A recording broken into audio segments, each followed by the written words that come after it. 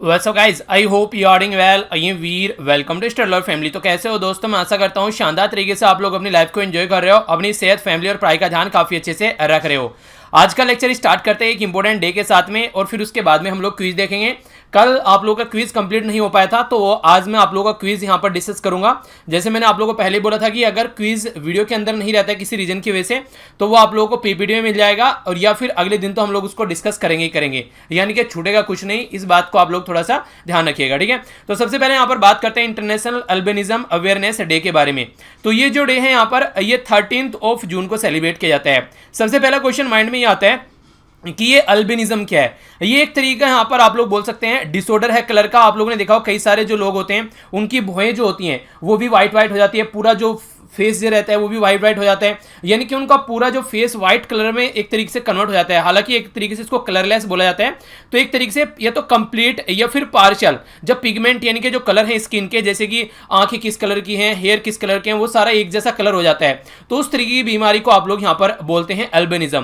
तो इसके बारे में अवेयरनेस फैलाने की बात की जाती है ताकि लोग अंडरस्टैंड कर सके कि ये जेनेटिक कंडीशन भी कई बार देखने को मिलती है जो कि माता पिता से आती है। थीम जो रखा गया बोला गया है मेड टू साइन, यानी कि जो भी इस पर्टिकुलर फील्ड में सक्सेस किया है, जो भी इस पर्टिकुलर फील्ड में आगे बढ़े, उनके अचीवमेंट को सेलिब्रेट करने की कोशिश की जा रही है, ऐसा आप लोग बोल सकते हैं।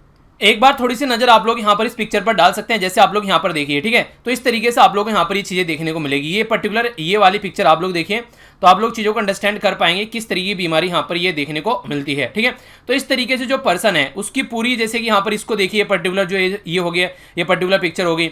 इंटरनेट की प्रॉब्लम इतनी रहती है, देखो एक पिक्चर को खोलने में कितना टाइम ले रहा है यहाँ पे, ठीक है। तो इस तरीके से आप लोगों को कंडीशन देखने को मिलेगी, जो ये पिक्चर अब आप लोगों को साइड में दिख रही होगी, ठीक है। तो इसके बारे में आप लोग आइडिया रख सकते हैं। तो ये जो बीमारी होती है, ये बेसिकली जो बीमारी होती है, कई सारे चैलेंज देखने को मिलते हैं। लोग क्या करते हैं, इनसे मिलते जुलते नहीं है, इनसे दूर रहने की कोशिश करते हैं, तो कई बार जो इनके ह्यूमन राइट है एक तरीके से उनका भी वायलेशन होता है। तो एक तरीके से ऑल ओवर वर्ल्ड में अगर ऐसे लोग हैं, उनके खिलाफ जो भी स्टिग्मा है सोसाइटी में कि हाँ ये होता है, डिस्क्रिमिनेट किया जाता है, डर रहता है, कई बार उनके खिलाफ उल्टी सीधी हरकतें की जाती हैं, तो उसको खत्म करने की कोशिश की जा रही है। तो इसलिए यहाँ पर ये थीम रखी गई कि जो भी इस पर्टिकुलर एरिया में काम कर रहा है उसको सपोर्ट किया जा सके, ठीक है। तो इसको बोलते हैं इंटरनेशनल अल्बिनिज्म अवेयरनेस डे। आगे चलता हूँ, क्विज है आप लोगों के सामने, अच्छे से क्वेश्चन को देखिए, फिर इसके बाद में मैं आप लोगों को आंसर बताता हूं। सबसे पहले बात की जा रही है राइट अगेंस्ट एक्सप्लॉयटेशन।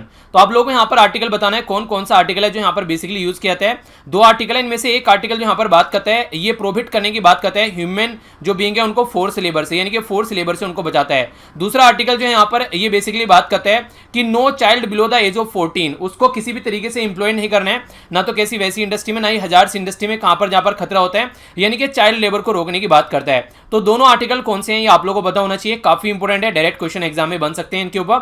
नेक्स्ट बात की जा रही है यहाँ पर, ये world day against child labour किसके द्वारा यहाँ पर ये लॉन्च किया गया था डे 2002 में, ये आप लोगों को बताना है। DIAT की फुल फॉर्म बतानी है, कहां पर ये लोकेटेड है, जिसके द्वारा नैनो टेक्नोलॉजी बेस्ड अभी यहाँ पर डिसइंफेक्टेंट जो स्प्रे है वो बनाया गया कोविड-19 को टैकल करने के लिए। इसी के साथ में आप लोगों को यहाँ पर बताना है कि तुरंत कस्टम्स, ये यहाँ पर एक प्रोग्राम लॉन्च किया गया है, किसके द्वारा यहाँ पर ये प्रोग्राम लॉन्च किया गया है, इंडियन स्पेस रिसर्च ऑर्गेनाइजेशन के द्वारा। अभी यहाँ पर ARIES कहां पर ये लोकेटेड है और उसकी फुल फॉर्म क्या है, इसके साथ में कोऑपरेट किया गया ताकि स्पेस स्पिरिचुअल अवेयरनेस, जो सिचुएशनल अवेयरनेस, यानी कि स्पेस जो सिचुएशनल अवेयरनेस है उसके बारे में अवेयरनेस फैलाई जा सके, और एस्ट्रोफिजिक्स के बारे में, ताकि जनता तक भी चीजें कुछ पहुंचाई जा सके, ठीक है। तो ये आप लोगों को बताना है इंस्टीट्यूशन का, जिसके साथ में MOU साइन किया गया है। द एसेंशियल कमोडिटी एक्ट कब का है, ये आप लोगों को बताना है, जिसके चलते यहाँ पर बात की जाती है जो फिलहाल लॉकडाउन के ड्यूरेशन में जनता तक जो एसेंशियल कमोडिटी है वो पहुंचाई जा सके, उसमें कोई भी रोकथाम देखने को नहीं मिले, ठीक है।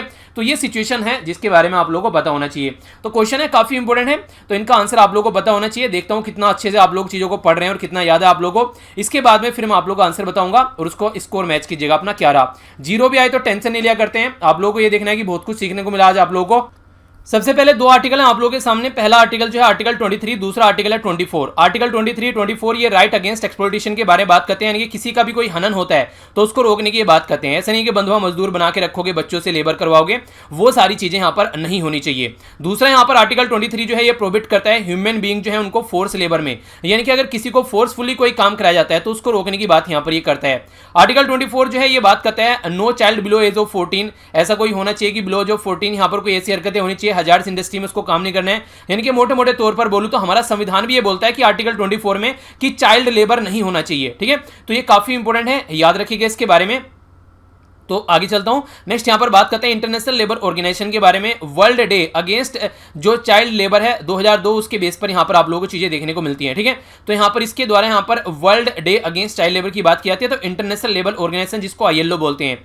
नेक्स्ट बात की जा रही है defence institute of advance technology, जिसको DIAT बोला है, जो पुणे में बेस्ड है, महाराष्ट्र के अंदर। इसके द्वारा यहां पर नैनो टेक्नोलॉजी जो डिसइंफेक्टेंट्स यहां पर बनाया गया, जिसको कॉम्बैक्ट करने के लिए यूज किया जाएगा कोविड-19 को। नेक्स्ट बात की जा रही है यहां पर central board of indirect taxes and custom, जिसको CBIC आप लोग बोलते हैं। इसके द्वारा तुरंत कस्टम प्रोग्राम लॉन्च किया गया है सिचुएशन को और अच्छा बनाने के लिए, ताकि एक्सपोर्ट इंपोर्ट जो है वो आसानी से और ज्यादा बढ़ाया जा सके बिना रोकथाम के। नेक्स्ट यहां पर Indian space research institute ISRO जिसको आप लोग बोलते हैं, MOU साइन किया गया यहां पर Aryabhatta research institute of observational science ARIES Nainital के अंदर है। नैनीताल कहां पर है? तालों में नैनीताल, बाकी सब तलैया सुना होगा ना आप लोगों ने। तो कहां पर है नैनीताल ये बताइए आप लोग, ठीक है। नहीं गलत बात। कई बार ना मैं बोलता रहता हूँ, पूछता रहता हूँ क्वेश्चन, फिर बता भी देता हूँ आंसर। चलिए आप लोग बताइएगा कहाँ पर लोकेटेड है, ठीक है। वैसे पता तो चलिए गया होगा, कुछ शब्द लिख दिए मैंने। इसेंशियल कमोडिटी एक्ट के बारे में बात करते हैं तो 1955 का ये एक्ट है, जो कि यहाँ पर इसेंशियल जो चीज़ें हैं कम से कम वो इन लोगों तक पहुँचनी चाहिए, उसके बारे में बात करते हैं। ओके, आइए अब न्यूज़ के बारे में बात करते हैं। ये ऐसी न्यूज़ आप लोगों से डिफेंस की अगर तैयारी करें तो आप लोगों से डायरेक्ट क्वेश्चन ऐसे बन सकते हैं।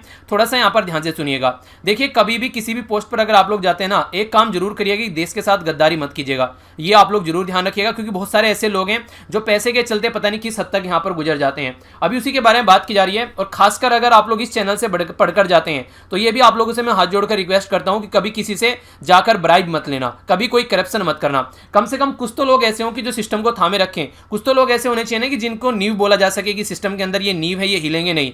तो वो चीजें आप लोग को आगे लेकर चलनी है। सबसे पहले बात करते हैं यहाँ पर, ये है एक पर्टिकुलर ऑपरेशन के बारे में। जो ऑपरेशन था यहाँ पर, यह डेजर्ट चेज, ठीक है। राजस्थान पुलिस के द्वारा यहाँ पर यह नेम रखा गया ऑपरेशन का, जिसमें 2 जो सिविल डिफेंस इंप्लॉय हैं उनको जयपुर बेस्ड जो मिलिट्री इंटेलिजेंस इनपुट के बेस पर जो बेसिकली सेंसिटिव इंफॉर्मेशन ISI को प्रोवाइड करा रहे थे, उसको यहां पर अरेस्ट किया गया। ये पाकिस्तान की इंटेलिजेंस एजेंसी है, इसको यहां पर ये इनपुट प्रोवाइड करा रहे थे। जो ऑपरेशन है यहां पर डेजर्ट चेज, यहां पर ये जो नाम दिया गया था, ये एंटी स्पायोनेज ऑपरेशन यहां पर स्टार्ट किया गया था मिलिट्री इंटेलिजेंस के द्वारा 2019 में। तो उसके चलते यहां पर अभी जो है ये सक्सेसफुल हो पाया 2020 में कि यहां पर इंफॉर्मेशन कहां जा रही है। अगर कोई ऐसी हरकतें करता हुआ पाया जाता है कोई पर्टिकुलर पर्सन, गवर्नमेंट इंप्लॉई, तो यहां पर हमारी कंट्री में एक्ट है जिसको बोलते हैं ऑफिशियल सीक्रेट एक्ट 1923। तो ये अंग्रेजों के टाइम का एक्ट है कि अगर कोई भी इंफॉर्मेशन आप लोग यहां पर किसी को देते हो ले जाकर, तो समझो कि अंग्रेजों ने भी यहां पर ऐसे एक्ट बना रखे थे ताकि इस सिचुएशन को टैकल किया जा सके, ठीक है। तो उसी के बारे में यहां पर बात की जा रही है। तो 1923 का जो ये एक्ट है, इसके बारे में यहां पर आप लोग याद रखिएगा, जो कि यहां पर सजा देने का काम करते हैं। डायरेक्टरेट ऑफ मिलिट्री इंटेलिजेंस, जिसको MI आप लोग बोलते हैं नॉर्मली, ये यहां पर इंटेलिजेंस है आर्म जो इंडियन आर्मी की। ये एजेंसी सेटअप की गई थी 1941 में और बेस है सेना भवन दिल्ली के अंदर में, ठीक है। तो ये इसके बारे में कुछ बेसिक इंफॉर्मेशन है जो आप लोगों को पता होना चाहिए। आगे चलते हैं।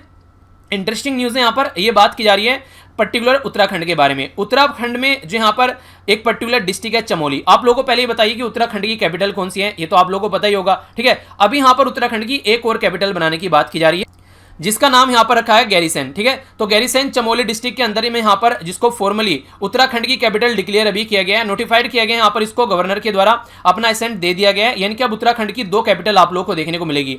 देहरादून ऑलरेडी है यहां पर, अब यहां पर ये आप लोगों को गैरीसैंण देखने को मिलेगी।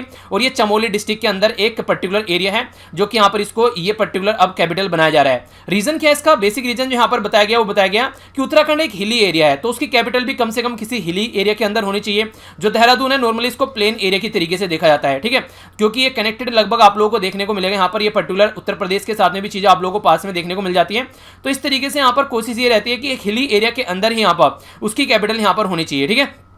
तो यहाँ पर जो चीफ मिनिस्टर है त्रिवेंद्र सिंह रावत, उनके द्वारा यहाँ पर अनाउंस किया गया कि कैपिटल होगी अब समर की है, ठीक है। तो समर कैपिटल जो होगी अब आप लोगों को यहाँ पर ये देखने को मिलेगी। और ये पहले से ही यहाँ पर इसके ऊपर फोकस किया गया था मार्च 4 में जब असेंबली सेशन हो रहा था बजट का, कि हाँ ऐसा कुछ होना चाहिए यहाँ पर, क्योंकि कई सारे लोग प्रोटेस्ट कर रहे थे कि कहने के लिए तो हिली एरिया है हमारा, पर लेकिन कैपिटल जो है वो प्लेन एरिया में देखने को मिलती है, तो यहाँ पर कोई ऐसा ही एरिया यहाँ पर होना चाहिए। तो इसी के चलते यहाँ पर इसको पर्टिकुलर यहाँ पर ये एरिया को यहाँ पर ये बनाया गया है, जो कि आप लोगों को याद रखना है, ठीक है। तो ये इसके बारे में इंपॉर्टेंट फैक्ट जो कि आप लोगों को पता होना चाहिए। कौन से ऐसे राज्य हैं हमारी कंट्री में और जहां पर 2 कैपिटल है? क्या इसके अलावा कोई और राज्य है? अगर हाँ तो नीचे कमेंट बॉक्स में उसका नाम बताइए और कैपिटल का भी नाम बताइएगा, ठीक है। आइए आगे चलते हैं। नेक्स्ट यहाँ पर एक सेंसस के बारे में बात की जा रही है, बेसिकली जो अभी रिसेंटली देखने को मिला एशियाटिक लाइन के बारे में। तो ये शेर आप लोगों को देखने को मिलेंगे, ठीक है। ये जो एशियाटिक लाइन होते हैं ये स्लाइटली स्मॉलर होते हैं, छोटे होते हैं अगर अफ्रीकन लायन के साथ में आप लोग इनको कंपेयर करते हो तो ये 29% यहाँ पर इनकी जो संख्या है वो बढ़ गई है। कहाँ पर? गिर फॉरेस्ट के अंदर। तो क्वेश्चन बन जाएगा गिर फॉरेस्ट कहाँ पर है, तो ये सौराष्ट्र गुजरात के अंदर आप लोगों को देखने को मिलेगा, कोस्टल एरिया है। 2015 में जब यहाँ पर एक एनालिसिस किया गया तो 523 लायन आप लोगों को देखने को मिले थे। अब यहाँ पर ये जो बेसिकली है 36% के करीब यहाँ पर अभी ये जो जियोग्राफिकल जो एरिया डिस्ट्रीब्यूटेड है यहाँ पर 36% के करीब यहाँ पर देखने को मिलते हैं। 29% इंक्रीमेंट इनका देखने को मिला। हमारी कंट्री में वाइल्ड लाइफ प्रोटेक्शन एक्ट 1972 है जिसके तहत यहाँ पर इनको प्रोटेक्शन प्रोवाइड कराई जाती है। और CITES और इसी के साथ में एज जो IUCN है, यानी कि यहाँ पर जो IUCN की रेड लिस्ट के बारे में आप लोगों ने कई बार सुना होगा, ठीक है। तो ये बेसिकली एजेंसीज हैं जो कि इसके ऊपर फोकस देकर चलती हैं। अगर कोई इंडेंजर्ड कैटेगरी में कोई इस तरीके से जीव जंतु है तो उनके बारे में उनको प्रोटेक्ट करने की यहाँ पर ये बात करते हैं। थोड़ा सा आप लोगों को मैं इनकी इन्फॉर्मेशन भी एक बार बता देता हूं। जैसे CITES ये क्या है यहाँ पर, इसको बोलते हैं convention on international trade in endangered species, यानी कि इंडेंजर्ड जो स्पीसीज होती हैं अगर कोई इस कैटेगरी में रहती हैं कि वो विलुप्त होने वाली कैटेगरी में आ रही हैं, चाहे कोई एनिमल हो चाहे कोई प्लांट क्यों ना हो, ठीक है, तो उनको यहाँ पर इसको रोकने की कोशिश की जाएगी, ठीक है। तो ये है बेसिक इसकी फुल फॉर्म। नेक्स्ट यहां पर बात की जा रही है IUCN के बारे में। तो इसको क्या बोलते हैं? इसको बोलते हैं international union for conservation of nature, यानी कि IUCN के नाम से इसको यहां पर जानते हैं। तो इसके भी आप लोग याद रखिएगा, ये बेसिकली नाम से ही पता है कि international union for conservation of nature, तो नेचर को कंजर्व करने का बात करती है। गिर नेशनल पार्क जो है वाइल्ड लाइफ सेंचुरी है, गुजरात के अंदर आप लोगों को देखने को मिलेगा। और ये अकेला एक ऐसा स्थान है जहां पर एशियाटिक टाइगर आप लोगों को देखने को मिलते हैं। फॉरेस्ट वाला एरिया है बेसिकली, यहां पर आप लोगों को चीजें नजर आती हैं। सौराष्ट्र वाले रीजन में आप लोगों को ये देखने को मिलेगा। तो ये बेसिक इंफॉर्मेशन है, इसके बारे में याद रखिएगा। आगे बढ़ता हूं।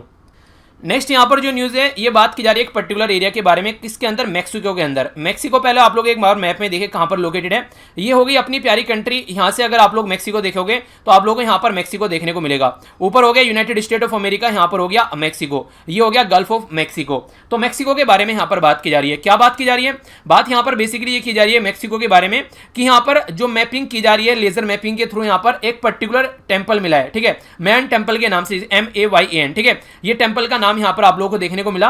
ये जो टेंपल है इसको यहां पर एक्वा फिनिक्स, मैक्सिको के अंदर में इसको बोला जाता है बेसिकली, ठीक है, एक्वाडा फिनिक्स, AQUADA, ठीक है, FENIX। तो मैक्सिको के अंदर बोला जाता है बेसिकली 4600 फीट करीब लंबा आप लोगों को देखने को मिलेगा और 50 फीट इसकी हाइट देखने को मिलती है। इवन ये माना जाता है कि जो यहाँ पर जो पिरामिड्स हैं और जो पैलेसेस हैं उनसे भी बड़ा आप लोगों को यहाँ पर ये देखने को मिलता है। 800 से लेके यहाँ पर 1000 BC तक इसको बनाया गया, जो अभी यहां पर देखने को मिला। स्टोन स्कल्पचर आप लोगों को इसके अंदर देखने को मिलती है। ये जो बनाया गया बेसिकली यहां पर जो नाम इसका है मैन, ठीक है, तो ये बेसिकली MAYA। तो मैं सिविलाइज जो यहां पर लोग थे जो आप लोगों को पता होगा मेसोपोटामिया का नाम आप लोगों ने सुना होगा, ठीक है। तो वहां पर मेसोपोटामिया था, उसी के नाम से आप लोग मिलता जुलता इसको याद रख सकते हैं। इसको बोला जाता है मेसो अमेरिकन, ठीक है। तो सिविलाइजेशन जो डेवलप हुई थी तो इन लोगों के द्वारा डेवलप की गई थी उसको, ठीक है, तो उसी के नाम पर इसका नाम रखा गया है। एक इगैलिटेरियन सोसाइटी थी, सब मिलजुल कर यहां पर रहते थे, कोई किसी के ऊपर कोई ऐसे उल्टी सीधी हरकतें नहीं करता था। तो वो सारी चीजें आप लोग यहां पर देख सकते हैं, ठीक है। आगे चलता हूं। नेक्स्ट यहां पर बात की जा रही है दिल्ली और NCR कैपिटल रीजन के बारे में।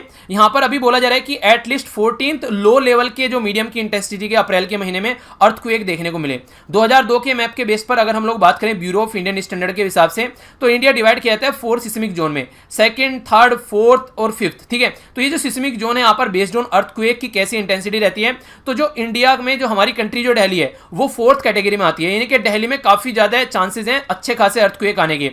तो कई बार ये सजेशन भी दिया जाता है कि अगर आप लोग कोई घर बनाते हैं, कोई बिल्डिंग बनाते हैं, तो एक बार आप लोग यहां पर इंजीनियर को दिखा लीजिए कि किस पर्टिकुलर कैटेगरी में एरिया में आप लोगों का ये एरिया पड़ रहा है, ताकि उसके बेस पर फिर आप लोग घर वगैरह वहां पर बना सकें। तो जिसके चलते अगर अर्थक्वेक प्रोन एरिया है, वहां पर ज्यादा अर्थक्वेक आते हैं, तो फिर उसके बेस पर आप लोगों को काम करना चाहिए। तो ये बेसिकली यहां पर चीजें जो यहां पर सामने निकल कर आती है। ये यहां पर जो लोकेटेड है, ये सिंगल प्लेट पर यहां पर सिस्मिक जो एक्टिविटीज है वो जनरेटेड की जाती है। इंटरनल डिसफॉर्मिटीज जो भी होती है इनके, देखिए पृथ्वी जो होती है ना उसके अंदर आप लोगों को पता है कि कितनी गर्मी भरी पड़ी है, तो उसके अंदर जो बेसिकली लावा होता है, जब यहाँ पर जो ज्वालामुखी फटते हैं तो सारी चीजें बाहर निकल कर आती है, तो उसके चलते पृथ्वी अपने आप को कहीं ना कहीं ठीक करती रहती है, ठीक है। अब यहाँ पर कंडीशन ये है कि जैसी जैसी चीजें चल रही हैं पृथ्वी के ऊपर, तो कई बार ऐसी कंडीशन देखने को मिलती है, कई बार हैवी स्ट्रक्चर इतनी ज्यादा हो जाती है कि यहाँ कई सारी कंडीशन, कई बार तेल निकालने के लिए बहुत ज्यादा नीचे खुदाई की जाती है। तो इंसान की जो एंथ्रोपोजेनिक एक्टिविटी है वो भी कई बार ऐसे छोटे छोटे अर्थक्वेक लाने का काम करती है आज के डेट में। तो इस लेवल पर हम लोग अपनी प्रकृति को नुकसान पहुंचा रहे हैं। ये काफ़ी इंपॉर्टेंट है। यहाँ पर कभी भी हमारी कंट्री में अगर आप लोग देखेंगे हमारी कंट्री की जो ताकत कैसी है एक्सपोर्ट को लेकर, तो यहाँ पर बेसिकली देखने को मिलेगा हमारे पास में फॉरेक्स रिजर्व कितना है, यानी कि फॉरेन करेंसी का रिजर्व नॉर्मली इसको बोला जाता है, ठीक है। जैसे फॉरेन एक्सचेंज रिजर्व इसके नाम से आप लोग जानते हैं, फॉरेक्स रिजर्व। तो इंडिया का फॉरेक्स रिजर्व जो है ये हमेशा के कंपेयर में काफ़ी ज़्यादा राइज कर रहा है और बढ़कर यहाँ पर 500 बिलियन हो गया है, जो कि होने वाला है लगभग, आप लोग समझ सकते हैं।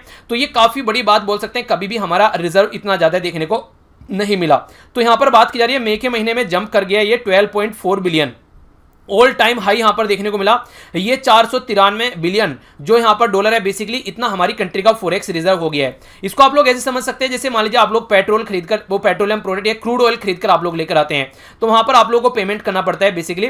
तो अगर आप लोगों के पास में एक फॉरेक्स रिजर्व अच्छा खासा है, तो आप लोग काफी लंबे समय तक अपना जो एक्सपोर्ट इंपोर्ट है उसको आप लोग मेंटेन रख पाते हैं। तो उसी के बारे में यहां पर बात की जा रही है। अगर ये डॉलर को आप लोग कन्वर्ट करोगे तो 37.30 जो 37.30 लाख करोड़ आप लोगों को देखने को मिलेगा, ठीक है, जो कि बहुत बड़ा अमाउंट यहां पर सामने निकल कर आता है। इसी के साथ में जो फॉरेन एक्सचेंज जो रिजर्व है यहां पर, ये जिसको फॉरेक्स रिजर्व या फिर एफएक्स रिजर्व के नाम से भी जानते हैं, कोई भी नाम आ जाए तो आप लोगों को कंफ्यूज नहीं होना है, ठीक है। तो ये कौन मेंटेन करके रखता है, तो कई बार ये क्वेश्चन पास्ट में पूछा जा चुका है और आप लोगों से भी फ्यूचर में पूछा जा सकता है, और ये डायरेक्ट और इनडायरेक्ट वे में अलग अलग तरीके से क्वेश्चन पूछा जाता है। तो सबसे पहले तो ये याद रखिएगा फॉरेक्स रिजर्व यहां पर कौन गवर्न करता है, तो हमारी कंट्री में जो सेंट्रल बैंक है जिसको आप लोग बोलते हैं रिजर्व बैंक ऑफ इंडिया, तो उसका एक्ट है 1934, उसके बेस पर यहां पर इसको रिजर्व को बेसिकली यहां पर गवर्न किया जाता है। जो फॉरेन करेंसी एसेट्स है एक तो उसकी कैटेगरी में आप लोगों को देखने को मिलेगा। नेक्स्ट यहां पर जो करेंसीज है जैसे कि यूएस डॉलर हो गया, यूरो हो गया, पाउंड स्टर्लिन, ऑस्ट्रेलियन डॉलर, जेन ये जापानीज येन, इनको भी यहां पर बेसिकली ये यहां पर देखने को मिलती है जो करेंसीज होती हैं, जिनको हार्ड करेंसी के नाम से भी आप लोग कई बार जानते हैं। गोल्ड देखने को मिलेगा, एसडीआर देखने को मिलेगा, यानी कि स्पेशल ड्रॉइंग राइट, जिसको यहां पर करेंसी बोला जाता है आईएमएफ की। नेक्स्ट यहां पर आरटीपी देखने को मिलता है, जिसको यहां पर रिवर्स ट्रेंच पोजीशन बोलते हैं, तो ये कैपिटल है आईएमएफ की। तो इनकी फॉर्म में यहां पर फॉरेक्स रिजर्व जो होता है वो इकट्ठा रहता है। तो ये क्वेश्चन आप लोगों से पास्ट में कई तरीके से पूछा जा चुके हैं। सबसे पहले तो यही है कि कौन कौन सी फॉर्म में यहां पर ये रहता है, तो ये आप लोग याद रखिएगा, ये सारी फॉर्में जो मैंने भी आप लोगों को बताई। नेक्स्ट यहां पर ये कौन इसको गवर्न करता है, तो रिजर्व बैंक ऑफ इंडिया हमारी कंट्री में गवर्न करता है। ये नाम जो इसके दो अलग अलग लिए गए हैं, यानी कि foreign exchange reserve, forex reserve, FX reserve, तो ये सारी चीजें आप लोग यहां पर याद रखेगा। तो कोविड-19 क्राइसिस के चलते यहां पर हमारी कंट्री में ये रिजर्व काफी अच्छा बढ़ गया है अभी रिसेंटली, ठीक है। तो इसके बारे में पता होना चाहिए। आगे चलते हैं। ये यहां पर एक पर्टिकुलर केस के बारे में बात की जा रही है, थोड़ा सा हिस्टोरिकल है, ऐसे क्वेश्चन पूछ ले आते हैं कई बार अगर थोड़ा सा हिस्ट्री के साथ में कनेक्ट होते हैं। पंजाब और हरियाणा दोनों के जो हाई कोर्ट है यहां पर, जिसको पंजाब हरियाणा हाई कोर्ट आप लोग बोलते हैं, इसके द्वारा 3 डिकेड ओल्ड यानी कि लगभग 30 साल पुराना जो केस है यहां पर प्रॉपर्टी के बारे में, वुमेन से रिलेटेड जो वुमेन थी वहां पर, वो यहां पर फैमिली, ये यहां पर हरिंदर सिंह बरार, ये लास्ट महाराजा थे ये फरीदकोट के, जो इनकी डेथ हो गई थी 1989 में। तो इनकी प्रॉपर्टी को लेकर डिस्प्यूट यहां पर चल रहा था, तो प्रॉपर्टी के राइट को अब यहां पर अपहोल्ड कर दिया गया इस केस के अंदर।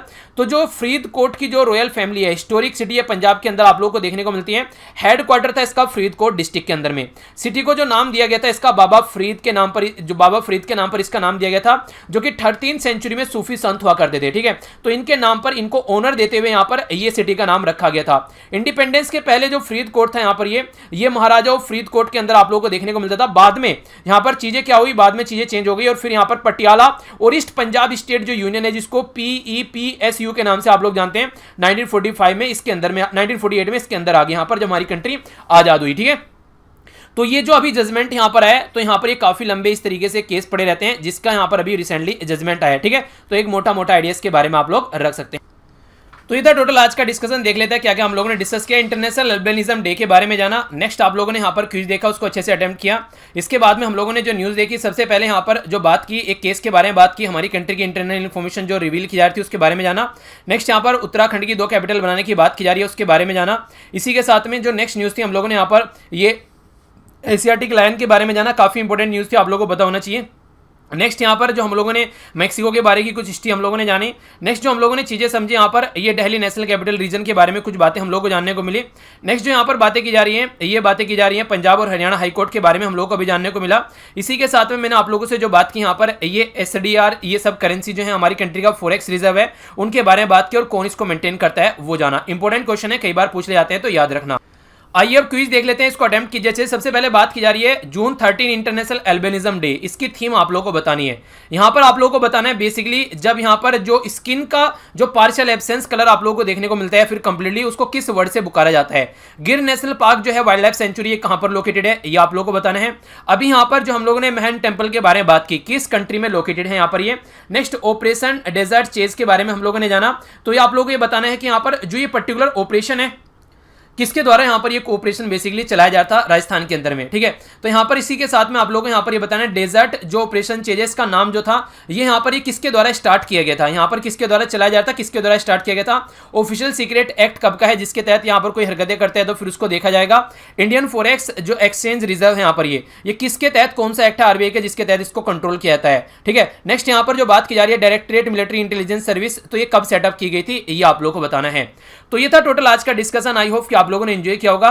तो इसी तरीके से लाइफ को एंजॉय करते रहिए, और अगर आप लोगों को यहां पर लेक्चर की पीडीएफ डाउनलोड करनी है तो यहां से जाकर डाउनलोड कर सकते हैं। फीडबैक जरूर दीजिए लाइक और डिसलाइक कर लेक्चर को, ताकि मुझे पता चलता रहे कि लेक्चर किस तरीके से आप लोगों को लग रहा है। तो मिलता हूं नेक्स्ट लेक्चर में, बड़ों को नमस्ते, छोटों को प्यार, छोटी सी लाइफ एंजॉय करें यार, तब तक के लिए जय हिंद।